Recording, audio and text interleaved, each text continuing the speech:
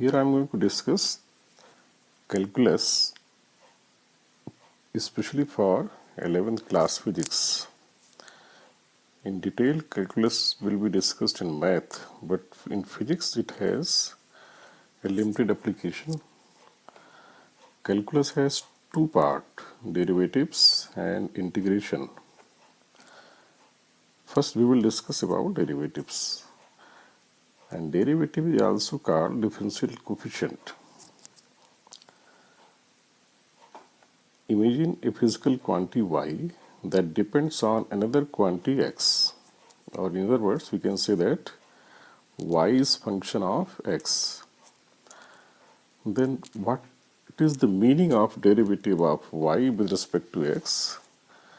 If we somehow learn to find derivative of y with respect to x, we will get the rate of change of y with respect to x. तो derivative किसी भी सी quantity y का x के respect में हमें क्या देगा, y x के रिस्पेक्ट में किस तरह से चेंज हो रही है, किस रेट से चेंज हो रही है. Suppose now my height is constant, it is not changing with time, then we will say that derivative of my height with respect to time is 0 because there is no change. So if any function is constant, its derivative will be 0. Suppose somebody has placed his money in the bank, and suppose bank has announced 0 interest rate due to certain emergency. The money is not growing. The derivative of his money with respect to time is 0. Suppose you come to any class and every day your knowledge increases by 2 points. Then you can say that derivative of your knowledge with respect to number of class attended is 2 per class, right? For example, if we take two quantities x and y, and suppose y is a function of x, y depends on x. Let at x equal to 4, y is 10. मतलब इनमें ऐसा relation है कि x की value जब 4 है तो y कितना है 10, और x में हमने थोड़ा सा चेंज होने दिया 0.02 का, यानी x की नई वैल्यू हो गई 4.02, और अब y बढ़कर हो गया है 10.06. तो y में चेंज कितना आया 0.06, x में चेंज कितना किया गया था 0.02. We will say that derivative of y with respect to x is 0.06, यानी change in y upon change in x. It will be 3. तो यही y का रेट ऑफ चेंज हो गया with respect to x. तो जिसका रेट ऑफ चेंज निकालना है, जिसका डेरिवेटिव निकालना है, उसका चेंज ऊपर लेंगे, जिसके रिस्पेक्ट निकालना है उसको नीचे लिखेंगे डिनोमिनेटर में. We will get the derivative. Take another example. Let us say y is related with x in this form. Y is equal to x square plus 5. Take any value of x, say 4. We will get y as 21. 16 plus 5, 21. Make a small change in x. Say 4.01, change is 0.01. X will be approximately, y will be approximately, if we calculate, we place this value x, we will get y approximately 21.08. So y will change y amount 0.08, change in y is 0.08, and change in x was 0.01. So what is the rate of change of y with respect to x? Rate of change of y will be change in y upon change in x, and that will be 8. So we will say that derivative of y with respect to x is now 8. Okay. Let us take same function, but now I am changing x from 6 to 6.02. Last time I changed from 4 to 4.01. Now I am changing 6 to 6.02. x को मैंने पहले 6 माना तो y हो जाएगा 41, फिर x को किया 6.02, यानी x में चेंज कितना किया है 0.02। तो यहाँ पे प्लेस करेंगे x की नई वैल्यू, तो y अप्रॉक्सीमेटली 41.24 आ जाएगा।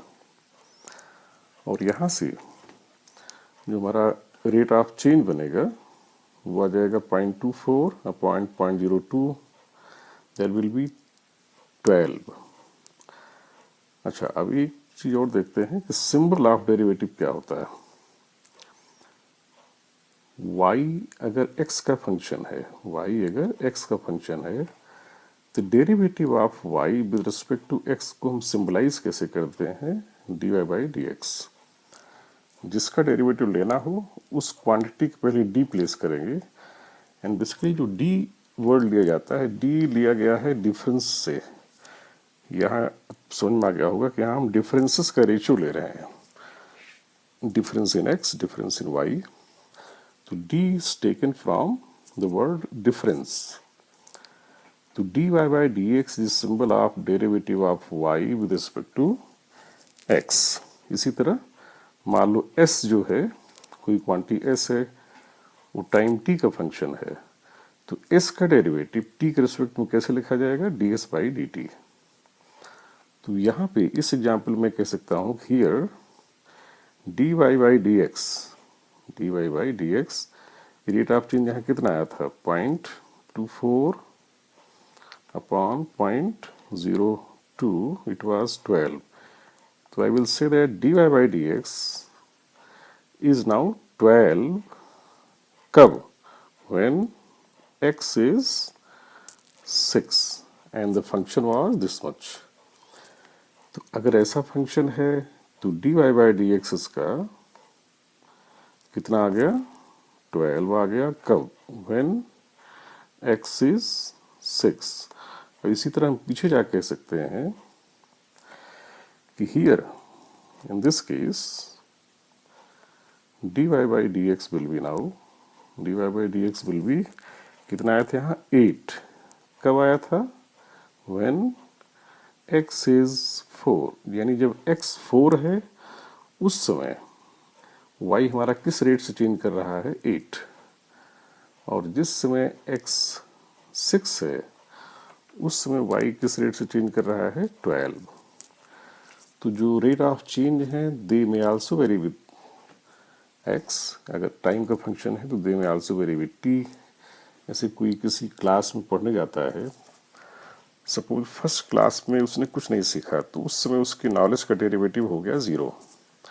सपोज थर्ड क्लास में उसने 5 पॉइंट सीखे, तो थर्ड क्लास पूरी होने पर उसके नॉलेज का डेरिवेटिव उस दिन माना जाएगा 5।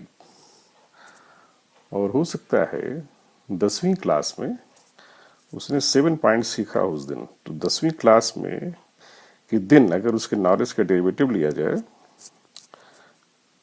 That will be 7। तो derivative gives you rate of change, and rate of change may be constant, may be changing, may be decreasing, may be positive, may be negative. अगर कोई चीज़ बढ़ रही है तो उसका रेट ऑफ चेंज पॉजिटिव है, अगर कोई चीज़ घट रही है तो उसका रेट ऑफ चेंज नेगेटिव है। सपोज मेरी इनकम टाइम के साथ घटने लगे तो मेरे इनकम का रेट ऑफ चेंज हो जाएगा with respect to time negative, right. और कुछ हमारे फार्मूले हमें आने चाहिए कि हमारे पास अगर फंक्शन हो तो हम लोग उसका डेरिवेटिव निकाल पाए। तो विदाउट प्रूफ 11th की फिजिक्स में बहुत डिटेल में हम लोग डेरिवेशन पे नहीं जाएंगे, बट एलिमेंट्री फार्मूलों के डेरिवेशन यहाँ एक्सप्लेन करूँगा। But we should have some result, readymade result for derivative. अगर कोई कांस्टेंट फंक्शन है तो उसका डेरिवेटिव क्या हो जाएगा 0। Suppose function is 10, y is always 10, we will say that dy by dx is 0। जिसका भी फंक्शन माने, इसको टाइम का माने, मान लो टाइम के साथ constant, we will say dy by dt is 0। x के साथ कांस्टेंट है, we will say dy by dx is 0। और सबसे इम्पॉर्टेंट फंक्शन डेरिवेटिव में जो फिजिक्स में स्पेशली बहुत यूज होगा, 90 you can say more than 90% problem में यही फार्मूला यूज होता है कि if y is equal to x to the power n where x is variable यानी x चेंज होगा और हमें करस्पॉन्डिंग चेंज y में देखना है n is some real number तो dy बाई dx इस तरह के फंक्शन का आ जाता है n into x to the power n minus one. इसको याद क्या रखेंगे, पावर यहाँ ले लेंगे, पहले लगा देंगे। कैसे आएगा I will explain in next lecture, दो it is not necessary to derive for 11th physics but still I will derive it. अभी हम कुछ बेसिक फंक्शंस का डेरिवेटिव याद कर लेते हैं जिसका फ्रीक्वेंट हमें यूज करना होगा और n की जगह जाएगा यहाँ n माइनस वन, पावर एक घटा देंगे। इसका तुरंत एक एप्लीकेशन देखते हैं कि सपोज y है x स्क्वायर तो dy बाई डी एक्स हो जाएगा 2, ये पावर बाहर ले लेंगे 2 और x 2 minus 1 and that will be 2x. Let us take one more example. Let us say y is equal to x to the power 1 by 3. तो dy by dx क्या हो जाएगा, dy by dx will be 1 by 3 बाहर आ जाएगा, x की power आ जाएगी 1 by 3 minus 1 by 3 और यहाँ माइनस 2 by 3 तो आ जाएगा finally 1 upon x to the power 2 by 3. Let us take another example. It is not necessary कि हर चीज x का ही फंक्शन हो, मैं कोई और केस लेता हूँ। Let us take s is function of t और यहाँ दिया हुआ है हमें ये root t, then ds by dt यानी s का derivative with respect to t will be 1 by 2 power half basically, तो हाफ t की power half minus 1, we will get 1 by 2 root t, right? अब डेरिवेटिव हमेशा किसी न किसी instant पर पूछा जाता है, तो जब किसी इंस्टेंट पर पूछा जाएगा तो उसकी लैंग्वेज ऐसी होगी या उसका यूज जब करेंगे तो suppose you are given y is equal to t to the power 4 और कहा गया कि find derivative of y at t equal to 3 या कोई और वैल्यू दें, t equal to let us say 1.5। तो इसका अर्थ क्या है, इसका अर्थ ये है कि हमें y का रेट ऑफ चेंज निकालना है, हमें y का रेट ऑफ चेंज निकालना है कब, जब टाइम t की वैल्यू हो रही है 1.5, यानी जिस समय टाइम हमारा 1.5 है उस समय y किस रेट से ग्रो कर रहा है, right. First we will find, इसमें हम टाइम को पहले ही नहीं प्लेस कर देंगे, अभी नहीं प्लेस करेंगे, पहले फंक्शन बनाएंगे डेरिवेटिव का, दिस इज इंपॉर्टेंट पॉइंट। पहले फंक्शन का डेरिवेटिव बनाएंगे तो डेरिवेटिव बन जाएगा इसका 4t 4 minus 1 that is 4t की पावर 3। नाउ अब हमें टाइम t को यहाँ प्लेस करना है, तो t की मैं कोई कंफर्टेबल वैल्यू लेता हूँ, कैलकुलेशन थोड़ी फास्ट हो जाएगी। Let us take t equal to 2, तो t इक्वल टू 2 पर हमें इस फंक्शन y का डेरिवेटिव चाहिए। तो अब जो ये डेरिवेटिव आ चुका है इसमें हम प्लेस करेंगे t इक्वल टू 2, तो now at t equal to 2 dy by dt will be 4 into t की वैल्यू डाल दें, t हमारा कितना था 2, तो 2 क्यूब दैट इज 8 इंटू 4 32, यानी इस समय हमारा y टाइम के साथ किस रेट से ग्रो कर रहा है 32 यूनिट पर यूनिट टाइम। फिर कोई और केस ले लें, late us say s is t square और फाइंड डेरिवेटिव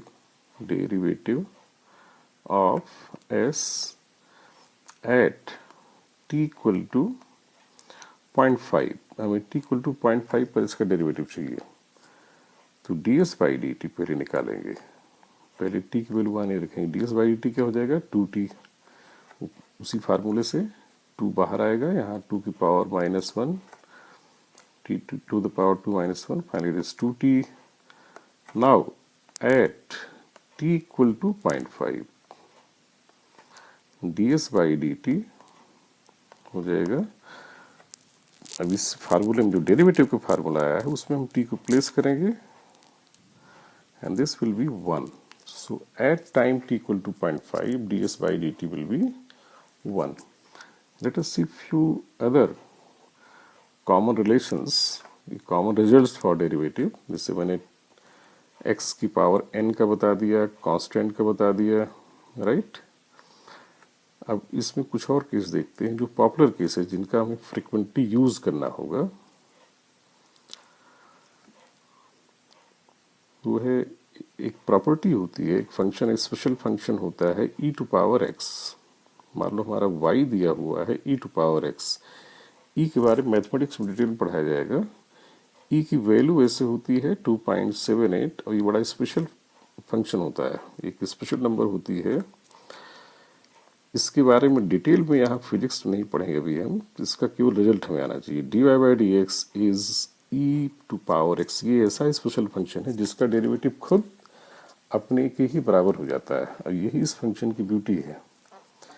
इसका डेरिवेटिव, ये अकेला फंक्शन है पूरे मैथमेटिक्स में जिसका डेरिवेटिव खुद अपने बराबर आ जाता है।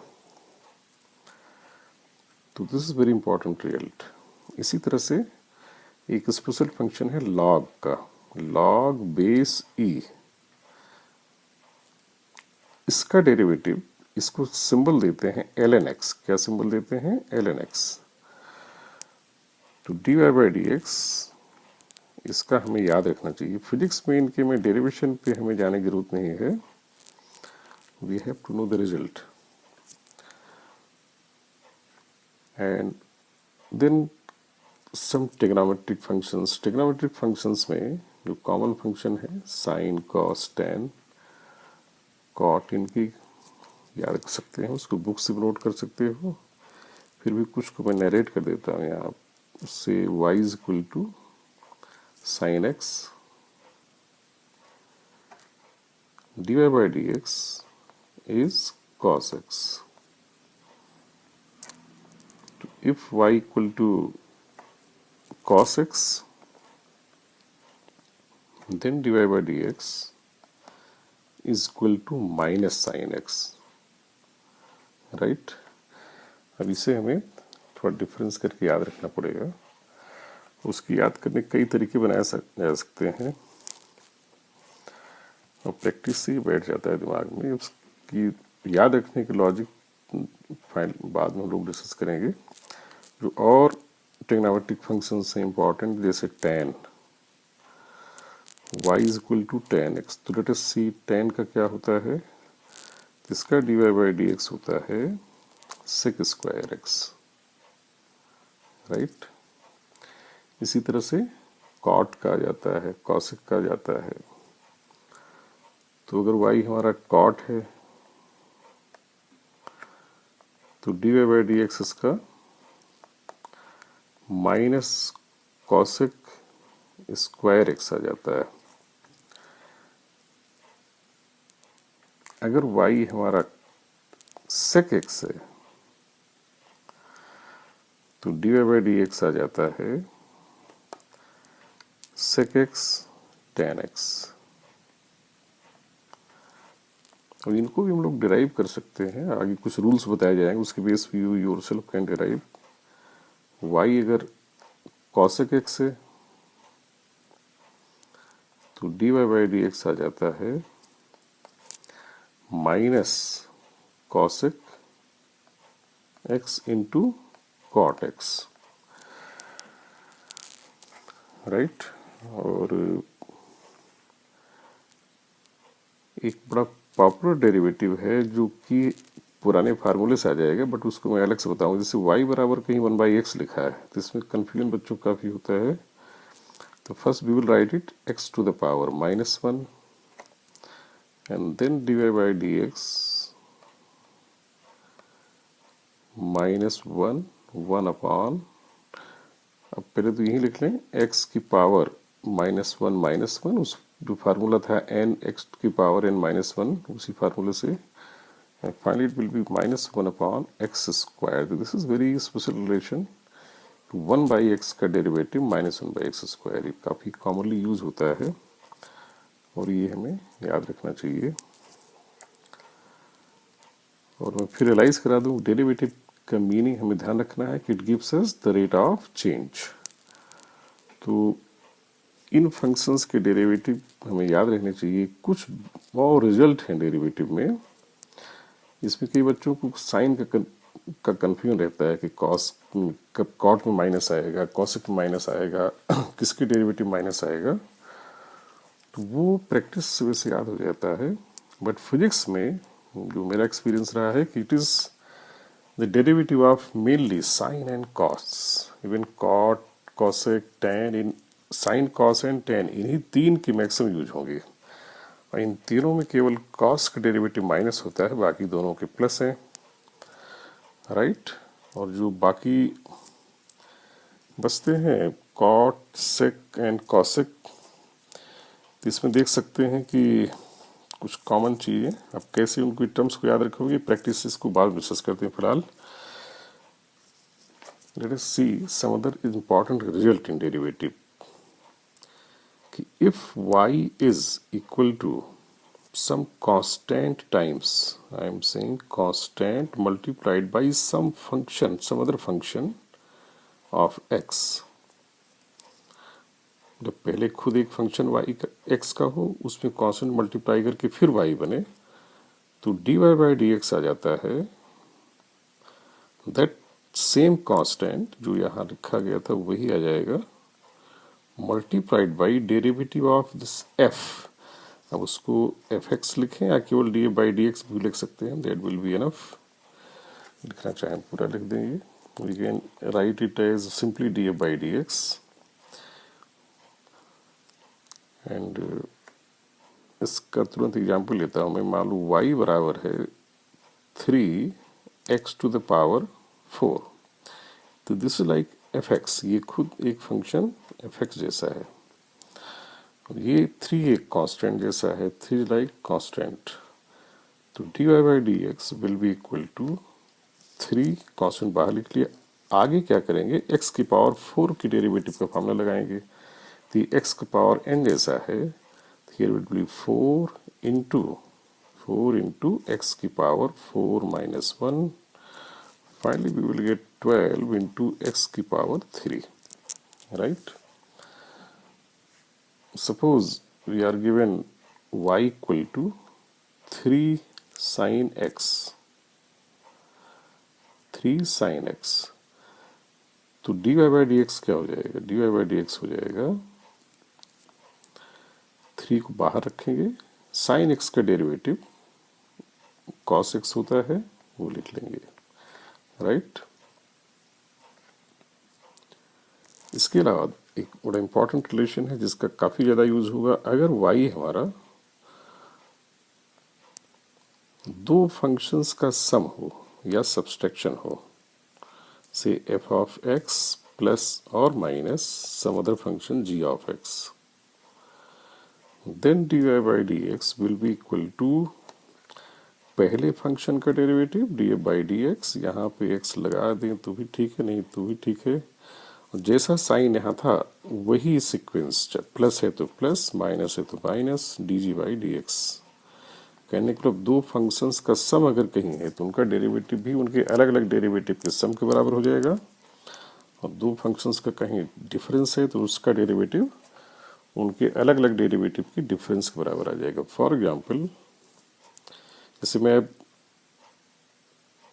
इसका केस लेता हूँ, late us say y is equal to T square plus root t, तो इसका d Y by D t हो जाएगा, d Y by D t हो जाएगा। दोनों का अलग अलग डेरिवेटिव माइंड में रखें कि टी स्क्वायर का होता है 2t और प्लस साइन जैसा था बीच में आ जाएगा, रूट टी का उस फार्मूले से निकाल करें, टी की पावर हाफ है ये, तो इसका हो जाएगा हाफ टी की पावर हाफ माइनस वन, तो 1/2 रूट टी, राइट। और अदर देन दिस, ये तो हो गया सम और डिफरेंस का। फिर दो फंक्शन का मल्टीप्लिकेशन है, that is also very much used relation, जिसका काफ़ी ज़्यादा यूज़ होगा। मान लो y हमें दिया हुआ है some function of x multiplied by some function of another function of x, से f एंड g, ये दो फंक्शन हैं, इनका मल्टीप्लिकेशन करें तो y आता है। अब dy बाई डी एक्स क्या आएगा, तो इसमें किसी एक फंक्शन को पहले लिख लें एज इट इज, मान लो जो पहला है वो एज इट इज लिख लें, दूसरे का डेरिवेटिव कर दें। अब ये सब क्यों होता है, this all can be derived, अभी हमें उसकी डिटेल में नहीं जाना चाहिए। प्लस जिस फंक्शन को हमने एज इट इज लिखा था, अब उसका डेरिवेटिव कर लें, दूसरे को एज इट इज यूज करके मल्टीप्लाई कर दें, राइट। मैं एक्स ओमिट कर दे रहा हूँ बार बार, लिखना चाहे लिख लें, नॉट नेसेसरी, उसका मीनिंग माइंड में रहना चाहिए, वही फंक्शन है ये, राइट। तो ये काफ़ी ज़्यादा यूज होने वाला रिजल्ट है। फॉर एग्जाम्पल इसमें अगर हम लोग लेते हैं late us say y equal to, बल्कि इसको मैं वेरीफाई भी करा देता हूँ, इसको ऐसे लिखता हूँ मैं t multiplied by T cube, तो ये दो फंक्शन हो गए आपस में मल्टीप्लाइड। अगर वैसे देखा जाए तो ये टी टू पावर 4 है, ये क्या है t to power 4, t to power 4 का डेरिवेटिव आना चाहिए 4 टी की power 4 minus one, that is 4 t cube. इस प्रोडक्ट मेथड से देखें कैसे आता है। अब इसका d Y by D t हो जाएगा, ढूंढने कि यहाँ बार बार एक्स ही आए, हम वेरिएबल यहाँ कोई भी डाल सकते हैं, हमें ये माइंड में ओपन रखना चाहिए। तो D Y by D t हो जाएगा, जब इधर टी है तो टी के रेस्पेक्ट में लेंगे डेरिवेटिव, तो D Y by D t हो जाएगा, पहला फंक्शन एट इज लिख दिया, दूसरे का डेरिवेटिव लिया, इसका डेरिवेटिव क्या आएगा 3t स्क्वायर प्लस, अब जो पहला मैंने एज इट इज लिखा था उसका डेरिवेटिव करेंगे, तो D T by D T, ये भी थोड़ा मैं बताना है क्या आएगा, into T cube, D T by D T, D T by D T में कन्फ्यूजन भी होता है, उसे देखने में आसान भी साफ दिख रहा है कि अगर काट दूं ऊपर नीचे तो बन आ जाना चाहिए, लेकिन फार्मूलेस देखें तो टी को लिखा जा सकता है टी की पावर 1, तो D T by D t हो गया D by D t of T की पावर 1, तो उसमें जो 1 है उसको बाहर लिया जाए, 1 को बाहर लें और टी की पावर 1 माइनस 1 बचेगा, और टी की पावर 0, टी किसी चीज़ की पावर 0 आ जाती है 1 इन सिंपल केसेस, तो 1 इंटू 1 सिंपली 1 हो जाएगा। तो कोई भी वेरिएबल हो उसी के रेस्पेक्ट में जब डेरिवेटिव लेते हैं तो हमेशा 1 आ जाता है। कहीं अगर z है जैसे D Z by Z, D Z by D Z, तो ये 1, तो इसलिए टाइम का डेरिवेटिव टी का डेरिवेटिव टी के रेस्पेक्ट में, तो D T by D T क्या हो जाएगा, ये दिस विल बी 1 नॉट 0, ध्यान रहे 1। अच्छा, पहला टर्म हो गया इसमें 3t क्यूब, दूसरा हो गया टी क्यूब इंटू 1 यानी टी क्यूब, तो मिलकर कितना आ गया 4t क्यूब, और यही आना चाहिए था, यही आना चाहिए था, तो इट इज़ वेरीफाइड और इसकी प्रैक्टिस भी हो गई। इस पर एक प्रैक्टिस में और देता हूँ, जैसे मान लो y दिया है, let's take y is equal to T square cos T, तो D Y by D T क्या हो जाएगा, पहला function as it is, cos का डेरिवेटिव, बार बार उस सिंबल नहीं लिखूंगा मैं, सीधा इसका डेरिवेटिव यहाँ लिखते हैं, कॉस का डेरिवेटिव होता है minus sine t, right, plus पहला फंक्शन छोड़ा था मैंने उसका आप डेरिवेटिव ले रहे हैं 2t इंटू कॉस टी, बस ये हो गया। अब इसको और सिंप्लीफाई तो क्या नहीं कर सकता, एज इट इज छोड़ देंगे। नाउ इसका अब आगे एक रिलेशन डिवीजन का भी है, वो फार्मूला भी हम बता सकते हैं, but that is least use, अगर वो किसी को याद रहे तो ठीक है, प्रैक्टिस उसे याद हो जाएगा।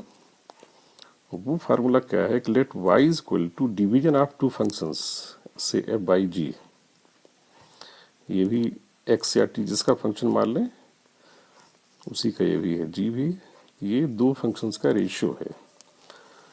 तो यहाँ पे d Y by d x कैसे निकालते हैं ये भी हमें रटना ही पड़ता है। तो यहाँ पे इम्पॉर्टेंट है कि सबसे पहले तो नीचे जो फंक्शन था डिनोमिनेटर में उसका स्क्वायर करके लिख दो। और बार बार मैं एक्स नहीं लगाऊंगा, उसको कॉमन सेंस समझ लेना कि नहीं वो एक्स की फंक्शन है। अब ऊपर जो आता है that is a bit tough to remember, practice से याद होगा। इसमें जो ऊपर फंक्शन है उसका तो डेरिवेटिव कर देंगे डी बाई डी एक्स, साथ में जो नीचे वाला फंक्शन है डिनोमिनेटर में वो एज इट इज मल्टीप्लाई कर देंगे। यहाँ फिर माइनस साइन आएगा और जो पहला फंक्शन था उसका मैंने डेरिवेटिव किया था उसको एज इट इज लेंगे और जो डिनोमिनेटर था उसका डेरिवेटिव मल्टीप्लाई कर लेंगे।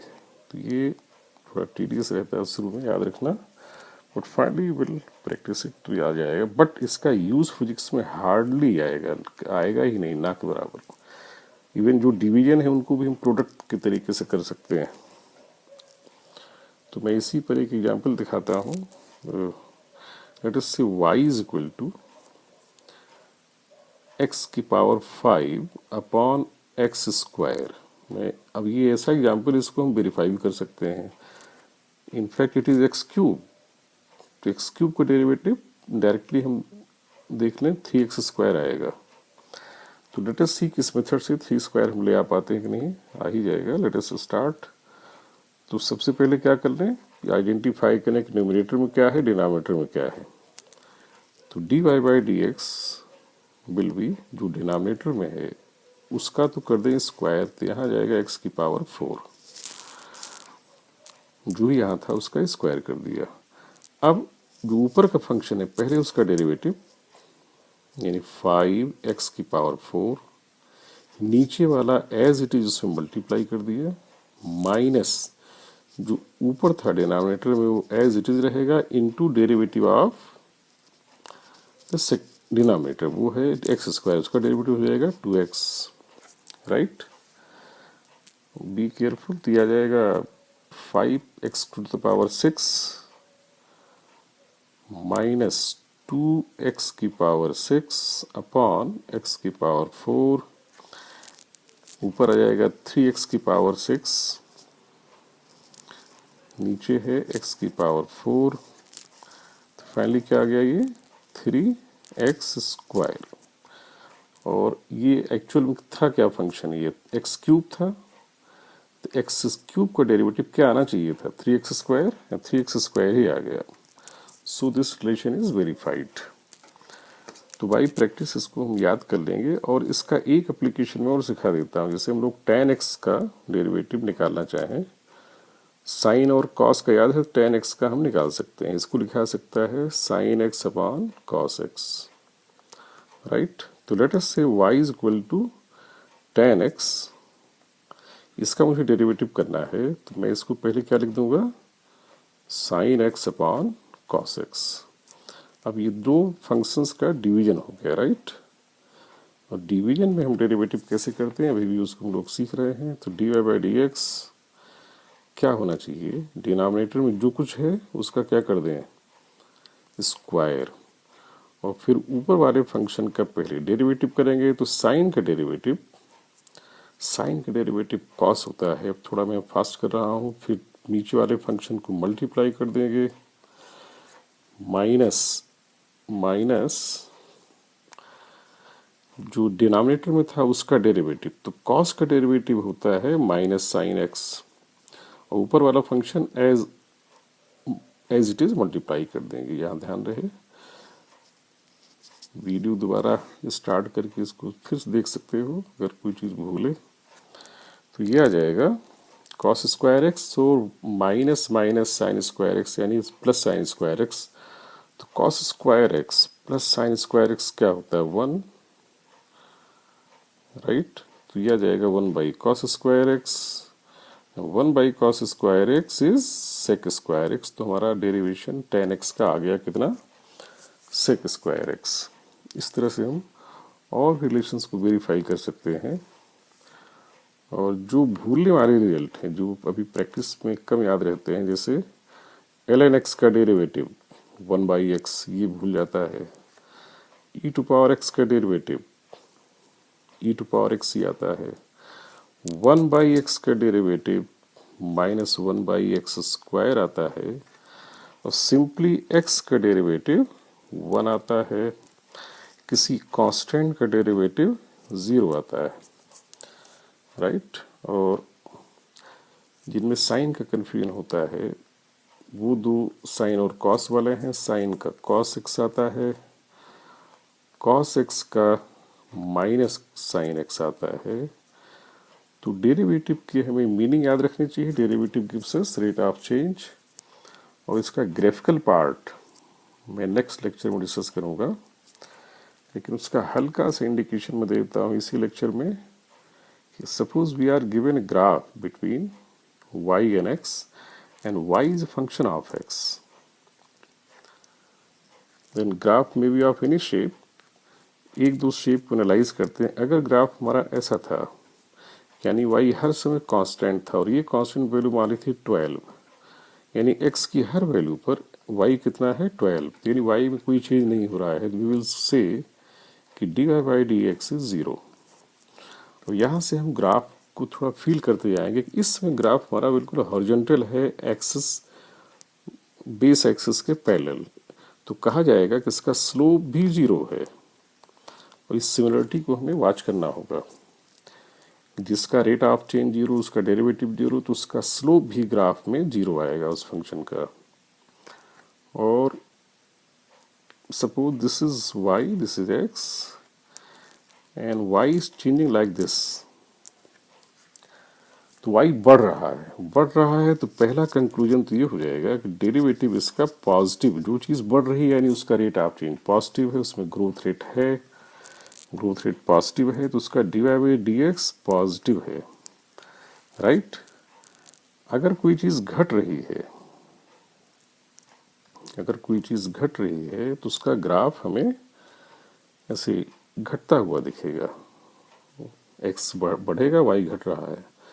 तो here dy/dx is less than 0, right.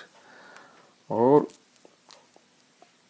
थोड़ा सा इसमें और देखते हैं y वर्सेस x। फिर से मैं दो ग्राफ इसमें बनाता हूँ।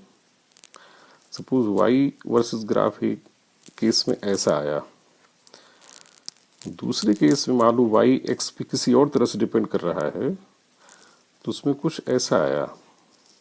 तो किस केस में y का रेट ऑफ चेंज ज़्यादा लग रहा है? जैसे पहले केस में हम देखें तो पहले केस में y फास्टर रेट से चेंज हो रहा है, x में मैं सेम चेंजेस करके देख रहा हूँ। तो पहले केस में तो y हमारा ज़्यादा बढ़ रहा है, दूसरे केस में y ज़्यादा बढ़ नहीं पा रहा है, स्लोली बढ़ रहा है, केवल इतना बढ़ा है, यहाँ पे इतना बढ़ गया ये। तो वी कैन से इस केस में dy/dx सेकेंड केस से ज़्यादा है। dy/dx in first case is more than dy/dx in second case. But दोनों केस में dy/dx पॉजिटिव है, दोनों केस में dy/dx पॉजिटिव है। और इन द लास्ट थोड़ा सा मैं और बताता हूँ, y वर्सेस x में अगर हमारा ग्राफ सपोज ऐसा था और हमने x की कोई दो वैल्यू ली, x यहाँ 3 है एंड सपोज यहाँ पर x है 5, करस्पॉन्डिंग y था सपोज ये 12 और ये करस्पॉन्डिंग y था लेट अस से 18। कितना है ये 18। तो मैं कह सकता हूँ कि x में जब चेंज कितना किया मैंने, x में चेंज किया 2 का, तो y में कितने का चेंज आया, y में चेंज आया 6 का। तो I can say in this region y is changing at rate 3 with respect to x। तो आई कैन से कि dy/dx will be 3, dy/dx will be 3। इसकी और डिटेल इसमें कुछ और अच्छे अच्छे पॉइंट हैं ग्राफिकल पॉइंट ऑफ व्यू से, we will discuss in next lecture. But एक पॉइंट मैं इसमें और बताऊंगा कि जैसे हम लोगों ने पढ़ा है स्ट्रेट लाइन मोशन अगर कांस्टेंट एक्सेलरेशन से हो, ये 9th में सब बच्चे पढ़ के आए होंगे कि s is equal to u t plus half a t square, ये शायद सब ने पढ़ लिया होगा 9th में। जितनी कैलकुलस हमने अभी तक बता दी है उसके बेसिस पे इसका जरा डेरिवेटिव करें तो देखो क्या आता है, वहां से डेरिवेटिव का मीनिंग और अच्छा क्लियर होगा। अब यहाँ ये दो फंक्शंस का सम है हियर, अब दो फंक्शंस के सम का हम फार्मूला सीख चुके हैं, how we derive it, how we derivate it. तो पहले फंक्शन का डेरिवेटिव करेंगे तो d by D t of u t plus d by D t of half a t square. यहाँ पे फिर से एक रिजल्ट का यूज करें, हमें बताया था अगर कोई कांस्टेंट किसी फंक्शन में मल्टीप्लाई करें तो उसका डेरिवेटिव कैसे निकालते हैं, कांस्टेंट को बाहर ले लेते हैं तो यू बाहर आ जाएगा, अंदर क्या बचेगा D T by D T plus यहाँ ए बाई टू कॉन्स्टेंट है, कांस्टेंट एक्सेलरेशन का केस में फार्मूला आता है तो ए बाई टू बाहर ले लो, यहाँ बचेगा D by D t of T square. D T by D T जैसे मैंने पहले बताया था टी का डेरिवेटिव टी के रिस्पेक्ट में 1, और वैसे डायरेक्ट कट भी रहा है दिखने में भी, सिंपली यू आ जाएगा, you into one U A by two और टी स्क्वायर का डेरिवेटिव फार्मूला लगाएं 2t आ जाएगा, 2 से 2 कट गया, और इस रिलेशन से हमें डेरिवेटिव की मीनिंग और क्लियर हो जानी चाहिए। We have obtained u plus a t, d s by D T क्या है, डिस्प्लेसमेंट का रेट ऑफ चेंज, डिस्प्लेसमेंट जिस रेट से चेंज होता है उसी को हम लोग वेलोसिटी जानते हैं ऑलरेडी, उसमें बहुत कंफ्यूज होने की जरूरत नहीं है। तो डिस्प्लेसमेंट जिस रेट से चेंज होता है दैट इज कॉल्ड वेलोसिटी। तो वेलोसिटी का फार्मूला हमने डेरिवेटिव मेथड से यहाँ निकाल लिया। सो डेरिवेटिव का एक फील्ड यहाँ से आ जानी चाहिए, इसके ग्राफिकल पार्ट को कुछ और चीज़ें इसमें मोशन में ले आके काइनेमेटिक्स पार्ट्स में एक्सेलरेशन वेलोसिटी डिस्प्लेसमेंट में डेरिवेटिव का कैसे यूज होगा, कैसे फिर और रिलेशंस हम डिराइव कर सकते हैं, और उसको और प्रॉब्लम कैसे डेरिवेटिव का यूज करेंगे, that we will discuss in next lecture. Okay, thank you.